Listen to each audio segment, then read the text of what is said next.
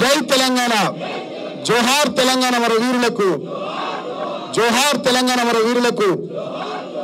పెద్దలు, party senior నాయకులు, party రాష్ట్ర కార్యదర్శి, ఆఫీస్ ఇన్ఛార్జ్ అయిన మా అన్న శ్రీనివాస్ రెడ్డి గారికి, మాజీ పార్లమెంట్ సభ్యులు, మాజీ శాసనసభ్యులు సోదరులు మా అన్న రావుల చంద్రశేఖర్ రెడ్డి గారికి, సహచర శాసనసభ్యుడిగా మొన్నటి వరకు మాతో కలిసిమెలిసి పనిచేసిన వికారాబాద్ మాజీ శాసనసభ్యులు, వికారాబాద్ జిల్లా పార్టీ అధ్యక్షులు అన్న ఆనంద్ గారికి, అదేవిధంగా ఎప్పటి నుంచో సుదీర్ఘకాలం అన్యోన్యంగా సన్నిహితంగా ఉంటూ చాలా విషయాలు ఎప్పటికప్పుడు మన వర్గాల గురించి, మన ప్రాంతం గురించి, దేశం గురించి, దళిత గిరిజన అణగారిన బడుగు బలహీన మైనారిటీ వర్గాల గురించి, దేశంలో జరుగుతున్నటువంటి పరిణామాల గురించి ఎప్పటికప్పుడు ఏ పార్టీలో ఉన్నా, ఏ స్థాయిలో ఉన్నా, ఎక్కడున్నా అన్ని విషయాలు ఎప్పటికప్పుడు మాట్లాడుకుంటుండే వాళ్ళం మేము. ప్రవీణ్ గారు కానీ నేను కానీ, వారు గురుకులాల సెక్రటరీ ఉన్నటువంటి సమయంలో కూడా చాలా అన్యోన్యంగా కలిసిమెలిసి మేము పనిచేసినాం. తదనంతరం వారు ఒక లైన్ తీసుకొని బహుజన పాలిటిక్స్ అనేటటువంటి ఆలోచనతో బహుజన సమాజ్ పార్టీలోకి వారు వెళ్ళినటువంటి సందర్భంలో కూడా ఎక్కడ కూడా వ్యక్తిగతమైనటువంటి విమర్శలు చేసుకోకుండా పాలసీల మీదనే మాట్లాడుకుంటూ నిరంతరం చర్చోపచర్చలు చేసుకుంటూ మన వర్గాలకు ఏం చేస్తే బాగుంటుందనే ఆలోచన ధోరణితో ఒక సామరస్యపూర్వక వాతావరణంలో ముందుకు సాగినాం.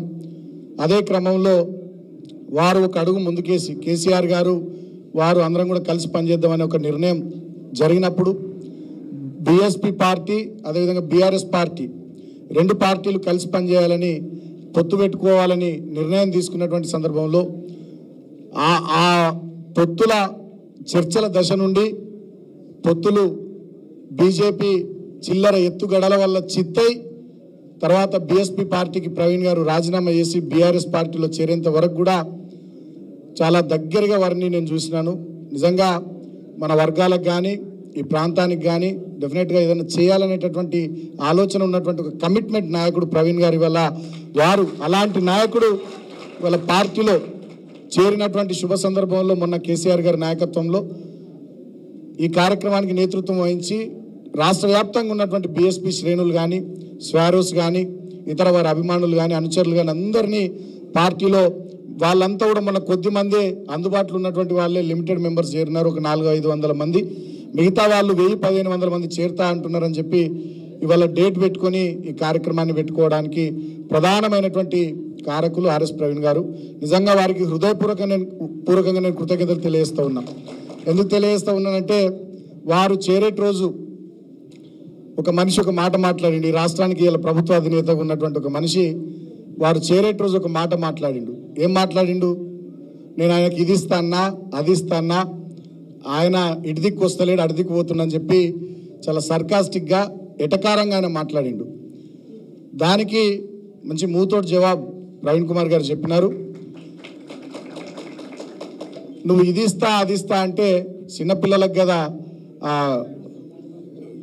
లాలిపాపులో తర్వాత కాదు, ఇట్లా గిలకలు ఊపుతారు చూడు, ఆ గిలకలు ఊపితే ఆ చిన్నపిల్లలకు అది ఇస్తే సంబరపడి నీ వెనక తిరుగుతారు అనుకునేటటువంటి మనస్తత్వం ఇంకా ఈ ఎస్సీ ఎస్టీ బీసీ వర్గాల్లో ఉందనేటటువంటి ఆధిపత్య భావజాలం ఆనాడు రేవంత్ రెడ్డి మాటల్లో నాకు కనబడ్డది. మీకేం కనబడ్డదో నాకు అర్థం కాలే, కానీ ఆ ఆధిపత్య భావజాలం అంటే నీకు ఇది ఇస్తా, నీకు అది ఇస్తా అంటే ఇక నువ్వు తోకుప్పుకుంటూ మా వెనక రావాలనేటటువంటి ఆధిపత్య అహంకారపూరిత వ్యాఖ్యలు ఆనాడు నాకు చాలా బాధ అనిపించినాయి. నేను సార్తో నన్నా 75 ఏళ్ళ స్వతంత్ర భారతదేశం, ఇంకా ప్రజాస్వామ్యం ఉన్నతమైనటువంటి దశకు చేరుకున్నటువంటి ఈ రోజుల్లో, మన ఇళ్లలో కూడా అన్ని ఇళ్లలో చదువుకున్నటువంటి పిల్లగాళ్ళు ఉన్న ఈ రోజులలో, అందరి చేతులలో సెల్ ఫోన్లు ఉన్న ఈ టెక్నాలజీ యుగంలో కూడా ఇంకా నేను గిదిస్తానా గదిస్తానా, ఆయన ఇట్రాలి అడిదికి వేయండు, ఆయననే ప్రజలకు సమాధానం చెప్పుకోవాలనే ధోరణితో మాట్లాడుతున్నారంటే ఇక ఒక్కొక్కళ్ళ అహంకారాలు, వాళ్ళ ఆధిపత్య భావజాలాలు, వాళ్ళ ఆలోచన విధానాలు ఎట్లున్నాయో చూడండి సార్.